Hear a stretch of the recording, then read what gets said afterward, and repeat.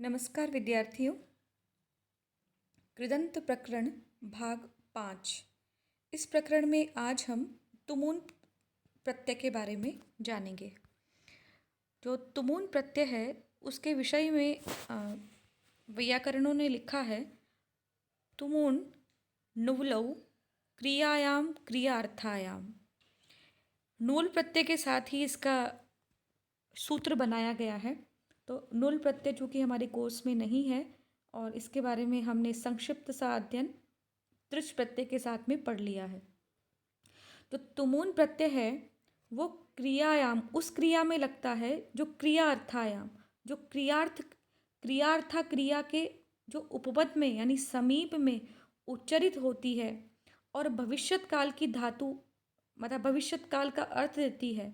तो इस प्रकार की धातु से परे तुमून प्रत्यय लगता है। तुमून प्रत्यय सामान्यतः हिंदी में के लिए अर्थ के लिए प्रयोग किया जाता है।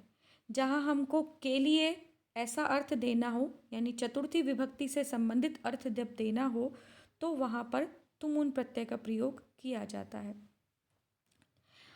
और व्याकरणिक दृष्टि से इसका जब हम अर्थ करेंगे तो यह क्रियार्था क्रिया के उपपद में रहने पर यह तुमून प्रत्यय किया जाता है। देखिए, संप्रदान का अर्थ होता है चतुर्थी विभक्ति। चतुर्थी विभक्ति संप्रदान में प्रयोग की जाती है के लिए अर्थ के लिए। मैं भोजन करने के लिए जाती हूँ, अहम भोजनाय गच्छामि, ऐसा हम कारक की दृष्टि से अनुवाद करते हैं। किंतु अगर हमें इसमें तुमून प्रत्यय लगाना हो तो हम किस प्रकार से लगाएंगे? अहम भोजितुम भोक्तुम क्षमा कीजिएगा भोक्तुम गच्छामि, अहम भोक्तुम गच्छामि, मैं भोजन करने के लिए खाने के लिए जा रही हूँ। तो ये प्रत्यय जो होते हैं यह अनुवाद में सौविध्य उत्पन्न करते हैं।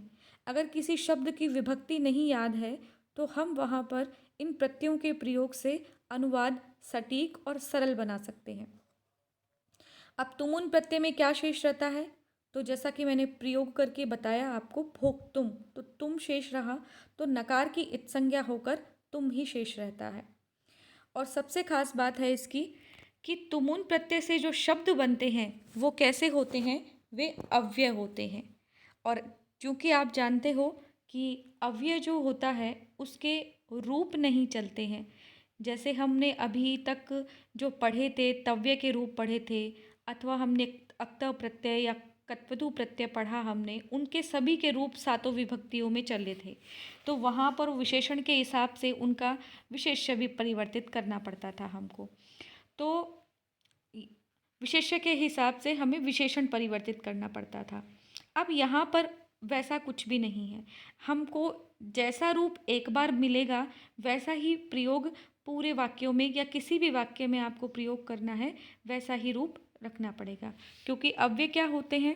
सदृशम त्रिषु लिंगेषु सर्वासु च विभक्तिषु यन्नवेति तदव्ययम, कि तीनों लिंगों में, तीनों वचनों में, सभी विभक्तियों में जो एक प्रकार का होता है वही अव्यय कहलाता है।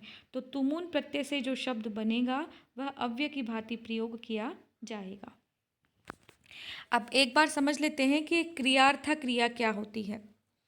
देखिए, किसी क्रिया की सिद्धि के लिए यानी एक काम की सिद्धि के लिए जब दूसरा काम किया जा रहा है या दूसरी क्रिया की जा रही है तो दूसरी जो क्रिया है वो पहली वाली क्रिया की क्रियार्था क्रिया है। यानी किसी क्रिया की पूर्ति के लिए कोई दूसरी क्रिया करना क्रियार्था क्रिया होती है। जैसे धनम अर्जयितुम गच्छति, धन कमाने के लिए जाता है। तो क्या करने के लिए जा रहा है? कमाने के लिए। क्या कर रहा है? गच्छति जा रहा है। एक क्रिया के लिए यानी अर्जितुम के लिए, कमाने के लिए गच्छति जाता है। तो अर्जन क्रिया के लिए दूसरी क्रिया कौन सी की जा रही है? गच्छति क्रिया की जा रही है। तो यहाँ जो ये गच्छति क्रिया है यह क्या कहलाएगी? क्रियार्था क्रिया। इसे आप ठीक से समझ लीजिए। जब एक क्रिया के लिए जब दूसरी क्रिया की जाती है तो जो पहली वाली क्रिया के लिए जब दूसरी वाली क्रिया की जा रही है तो वो है पहली क्रिया के संबंध में दूसरी वाली क्रिया क्रियार्था क्रिया कहलाती है। तो दूसरी वाली क्रिया जो सामान्य क्रिया जिसमें तुमुन प्रत्यय नहीं लगाना है वह क्या कहलाएगी? क्रियार्था क्रिया। अब देखिए तुमुन प्रत्यय के विषय में क्या कहा? तुमुन प्रत्यय के विषय में कहा कि क्रियार्था क्रिया के उपपद में रहने पर, आप इस बात को ऐसे समझ लिए कि हमें सीधे हाथ से सीधा कान नहीं पकड़कर हमको उल्टे हाथ से सीधा कान पकड़ना है। बस इतनी ही बात है कि क्रियार्था क्रिया कौन सी हो गई? क्रिया जो गच्छति क्रिया थी वहाँ पर वो क्रियार्था क्रिया है। तो क्रियार्था क्रिया के समीप पे रहने पर जो दूसरी वाली क्रिया होगी उसमें लगता है तुमुन प्रत्यय। यानी क्रियार्था क्रिया कौन सी? गच्छति। इसके समीप में रहने पर, इसकी क्रिया के समीप में रहने पर जो पहले वाली क्रिया है उसमें क्या लगेगा? तुमुन प्रत्यय लगेगा। ऐसा तो ये वाक्य में किया जाता है। और किसमें लगता है तुमुन प्रत्यय? काल, समय और वेला, ये तीनों ही काल या समय के पर्यायवाची हैं। तो काल, समय और वेला ये तीनों पर्यायवाची शब्दों के, कालवाचक शब्दों के उपपद में रहने पर यानी समीप में रहने पर किसी भी दूसरी धातु से तुमुन प्रत्यय लगता है। कालो, काल लग गया तो भोक्तुम, काल समीप में रहने पर भोक्तुम यानी भुज धातु में तुमुन प्रत्यय लग गया। समय के समीप में रहने पर भोक्तुम, फिर भुज धातु में तुमुन प्रत्यय लग गया। और इसी प्रकार वेला के समीप में रहने पर भुज धातु में तुमुन प्रत्यय लगकर भोक्तुम बन गया। तो यहाँ पर क्रियार्था क्रिया कौन सी है? काल, समय और वेला। तो क्रियार्था क्रिया के समीप में रहने पर अथवा काल, समय और वेला के समीप में रहने पर जो दूसरी क्रिया होती है उसमें तुमुन प्रत्यय लगता है। अब धातुओं से बनने वाले तुमुनंत शब्द के बारे में भी देख लेते हैं।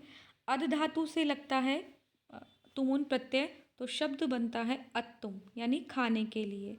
प्र उपसर्ग पूर्वक आप धातु से प्राप्तुम पाने के लिए।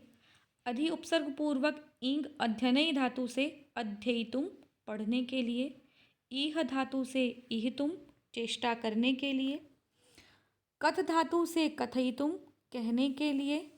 काश, ये काश वो काश नहीं है जो हम कल्पना करते हैं, ये काश प्रकाशन्य धातु है या प्रकट होने के अर्थ में है। प्रकाशितुम प्रकट होने के लिए। कुप धातु कोपितुम क्रुद्ध होने के लिए। कृ धातु कर्तुम, वेरी वेरी इंपॉर्टेंट परीक्षा की दृष्टि से आपके, कर्तुम करने के लिए। क्रुद्ध धातु क्रोद्धुम क्रोध करने के लिए। खाद धातु खादितुम, ये भी इंपॉर्टेंट है आपके लिए, खादितुम खाने के लिए। इनकी मात्राओं का ध्यान रखना है आपको, किस में किस प्रकार की मात्रा लग रही है और मूल में कौन सी धातु कैसी होती है। जैसे ईंग धातु आएगी तो आपको अधि उपसर्ग लगाना ही पड़ेगा। प्राप्तुम आएगा तो आपको प्र उपसर्ग पूर्वक आप धातु लिखनी ही पड़ेगी। किस में हलंत लग रहा है, किसकी मात्राएं कैसी है, इसका आप विशेष ध्यान रखें। खेल धातु से खेलितुम खेलने के लिए। गण धातु से गणयितुम गिनने के लिए। गम धातु से गंतुम, परीक्षा की दृष्टि से इम्पॉर्टेंट है आपके लिए, गंतुम जाने के लिए। कई बार हम इसका क्या प्रयोग कर देते हैं, गमितुम कर देते हैं, जो कि क्या है, गलत रूप है। तो गम धातु से गंतुम। गेय धातु गाने अर्थ में गातुम, ये भी आपकी परीक्षा की दृष्टि से इम्पॉर्टेंट है। ग्रह धातु गृहीतुम, इसका ध्यान रखिएगा, मात्रा दीर्घ आती है इसमें, बाकी सब में छोटी आ रही है, सिर्फ ग्रह धातु में गृहीतुम मात्रा बड़ी आती है। चल धातु चलितुम। ची धातु चेतुम। चुर धातु से चोरयितुम, इसका थोड़ा अलग रूप बनता है, तो चुर धातु का भी देख लीजिएगा आप। जन धातुम से जनितुम पैदा होने के लिए। जी धातु से जेतुम जीतने के लिए। और ज्ञा धातु से ज्ञातुम जानने के लिए। ये आपकी परीक्षा की दृष्टि से इम्पॉर्टेंट है। और देखिए धातु रूप, त्रयी धातु त्रातुम डरने के लिए। त्यज धातु त्यक्तुम, ये इम्पॉर्टेंट है आपके लिए, छोड़ने के लिए। दा धातु से दातुम देने के लिए। दृश धातु से दृष्टुम देखने के लिए। नम धातु से नंतुम झुकने के लिए। ध्येय धातु ध्यान करने अर्थ में ध्यातुम शब्द बनेगा, अर्थ होता है ध्यान करने के लिए। नी धातु से नेतुम ले जाने के लिए। पट धातु से पठितुम पढ़ने के लिए। और पा धातु से पातुम पीने के लिए। ये सभी आपकी परीक्षा की दृष्टि से इम्पॉर्टेंट है, आप इनको ध्यान से पढ़िएगा। आज के वीडियो में इतना ही।